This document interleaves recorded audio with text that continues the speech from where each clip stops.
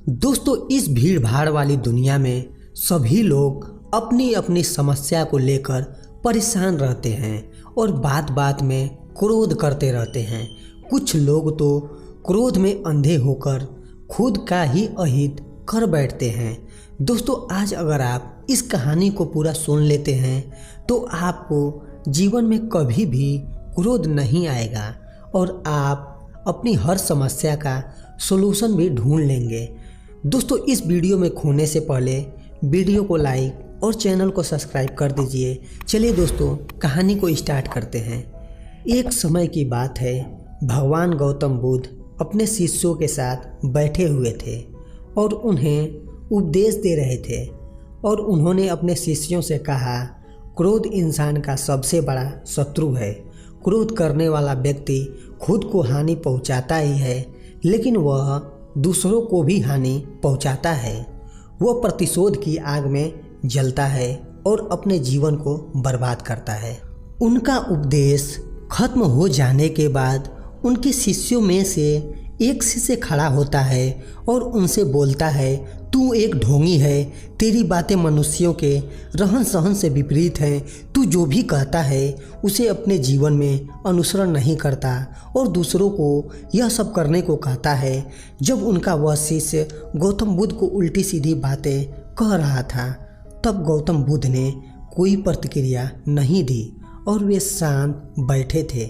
लेकिन ऐसे में वह शिष्य और भी ज़्यादा गुस्सा हो जाता है और गुस्से में आकर उसने गौतम बुद्ध के मुंह पर थूक दिया। इसके बाद भी महात्मा गौतम बुद्ध को गुस्सा नहीं आया और वे शांत थे। उन्होंने अपने चेहरे से थूक को पोंछा और वो चुपचाप बैठ गए। यह सब देखकर उस शिष्य को समझ नहीं आया कि वह क्या करेगा। गुस्से में आकर वह उस जगह को छोड़कर चला गया। अगले दिन अपने घर पहुंचा। जैसे ही वह अपने घर पहुंचा, तब तक उसका दिमाग शांत हो चुका था। दिमाग के शांत होते ही इस बात का एहसास हुआ कि उसने कितनी बड़ी गलती की है, उससे पाप हुआ है।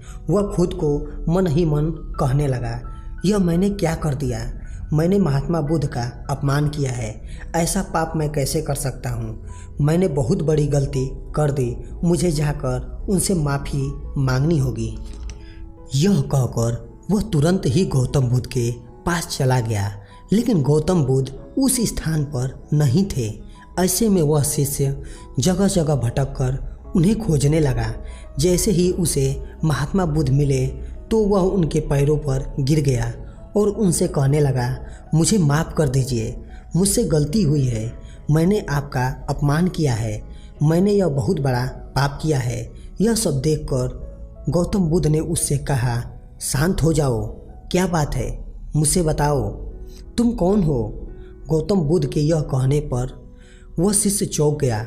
वह सोचने लगा कि महात्मा बुद्ध मुझे कैसे भूल सकते हैं? मैंने तो उनका अपमान किया था।